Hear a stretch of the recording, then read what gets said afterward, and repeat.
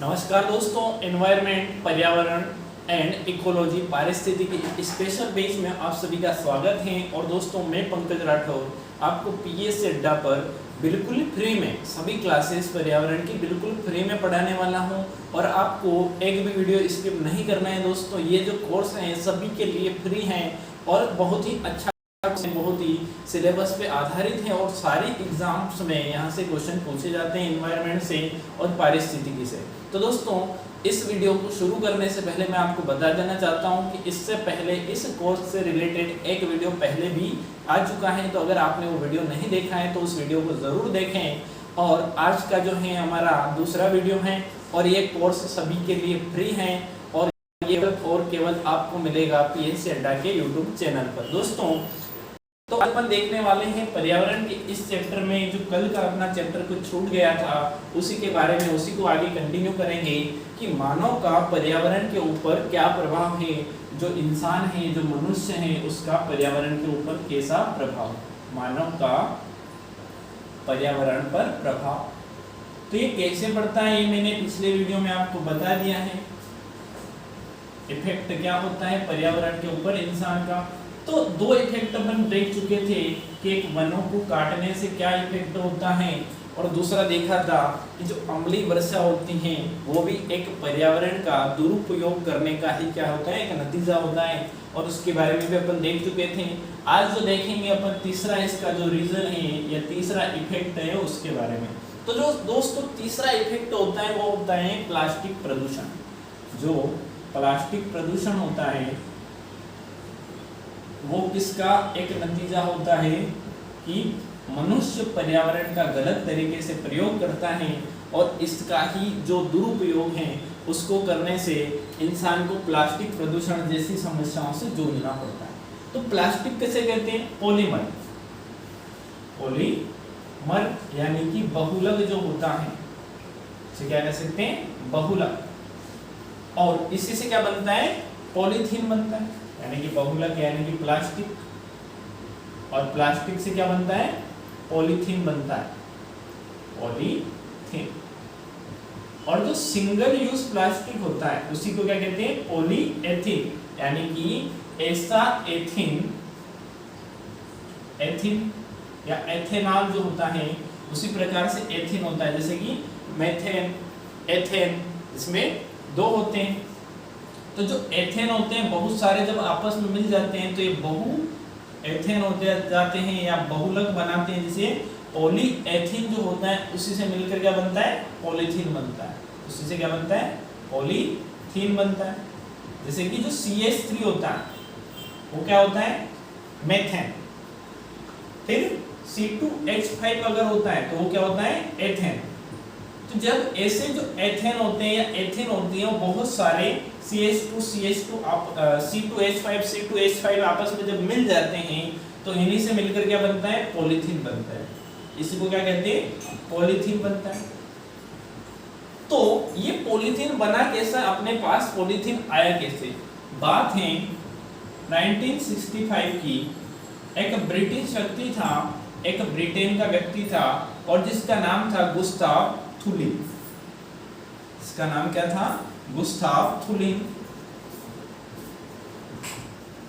तो इस गुस्ताव थुलिन ने क्या किया, इस नाम के व्यक्ति ने क्या किया, इस भाई ने क्या किया कि सबसे पहले 1965 में ब्रिटेन का ये व्यक्ति था और इसने क्या किया? प्लास्टिक डिजाइन किया, यानी कि जो पॉलीथीन है उसको डिजाइन किया। प्लास्टिक तो पहले से था, पॉलीथीन को इसने क्या किया?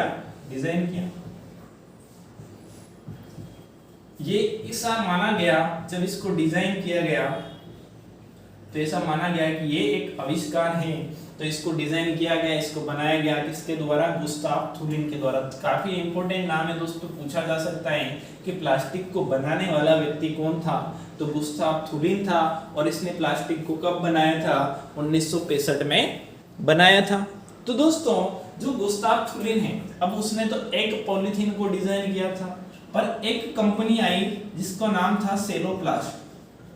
सेलोप्लास्ट नाम की एक कंपनी आई और इस कंपनी ने 1985 से 1985 से क्या करना शुरू कर दिया, 1985 से ये कंपनी आई और 1987 से प्लास्टिक का उत्पादन या पॉलीथीन को बनाना शुरू कर दिया।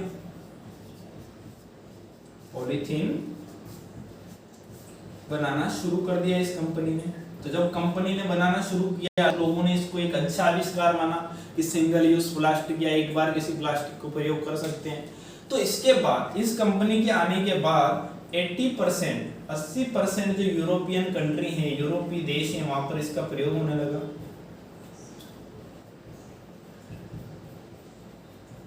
जब इसका प्रयोग हुआ तो जो प्लास्टिक है जिसको एक बार यूज किया जा सकता है, उसके बाद उसको फेंक दिया जाता है। तो जब प्लास्टिक फेंक दी जाती है तो वो ना तो सड़ती है ना गलती है, वो क्या करती है, पर्यावरण को प्रदूषित करती हैं और उससे क्या होता है, पर्यावरण को क्या करती हैं, प्रदूषित करती हैं। और ये एक जो प्रदूषण होता है इसे ही क्या कहते हैं, प्लास्टिक प्रदूषण कहते हैं। इनसे होने वाला जो प्रदूषण होता है उसी को प्लास्टिक प्रदूषण कहते हैं। क्योंकि अगर इनको जलाएंगे तो इससे जहरीली गैस निकलेगी। इससे क्या निकलेगी, जहरीली गैस निकलेगी और उसके कारण क्या होगा, जो वायुमंडल है वो दूषित होगा। और ये किसके कारण हो रहा है, तो ये किसके कारण हो रहा है, प्लास्टिक के कारण हो रहा है। तो इसलिए इसको क्या कहेंगे, प्लास्टिक प्रदूषण कहेंगे।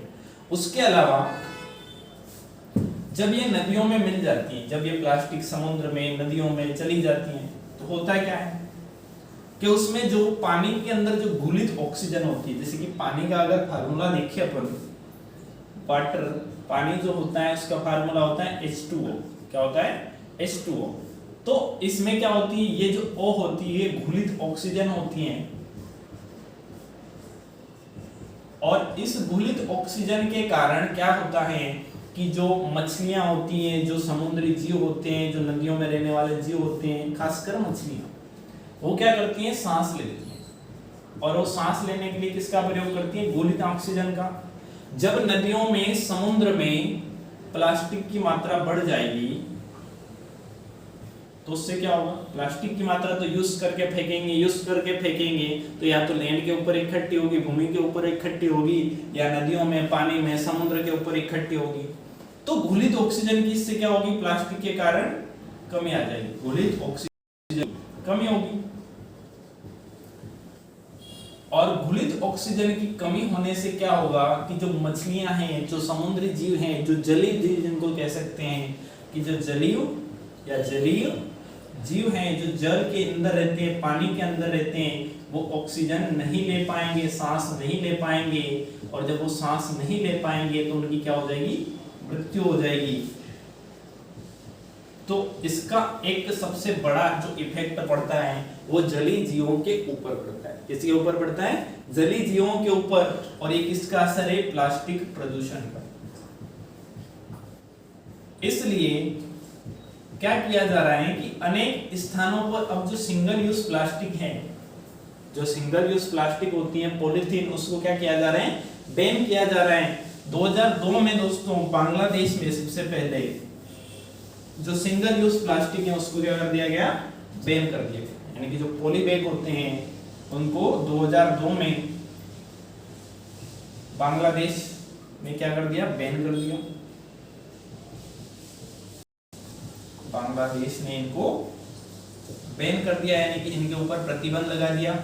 उसके बाद 2009 में इंडिया के एक प्रदेश, काम है हिमाचल प्रदेश, उसने पॉली बैग को क्या कर दिया, बैन कर दिया। 2018 में सिक्किम ने प्लास्टिक की जो सिंगल यूज चीजें हैं, जैसे कि पॉली बैग, प्लास्टिक की बोतल, उन सभी को क्या कर दिया, बैन कर दिया। और ये इंडिया का पहला है जैविक राज्य बन गया है। जो सिक्किम है वो इंडिया का, भारत का पहला कौन सा राज्य बन गया, भारत का प्रथम जैविक राज्य बनने का दर्जा किसको प्राप्त हुआ, सिक्किम को प्राप्त हुआ। क्यों हुआ, क्योंकि इसने 2018 में अपने वहां पर पॉली बैग और जो बोतल हैं, जो प्लास्टिक की बोतल होती है, उनको क्या कर दिया, बैन कर दिया, तो उस कारण से इसको जैविक राज्य यहाँ पर यहाँ सिंगल यूज प्लास्टिक का जो उपयोग है पूरी तरह से बंद हो गया। मध्य प्रदेश में और इनमें भी समय समय पर बात की जाती है कि 1 जनवरी 2019 से पॉलीबैग का प्रयोग नहीं होगा, या 1 जनवरी 2020 से पॉलीबैग को पूरी तरह से प्रतिबंधित कर दिया जाएगा, सिंगल यूज प्लास्टिक जो हों उनको पूरी तरह से बंद कर दिया जाएगा, परंतु ऐसा नहीं होता है। उनका प्रयोग आज भी बड़े धड़ल्ले से होता जा रहा है और लोग करते जा रहे हैं, और जो समस्या है प्लास्टिक प्रदूषण की वो हमेशा के लिए बढ़ती जा रही है।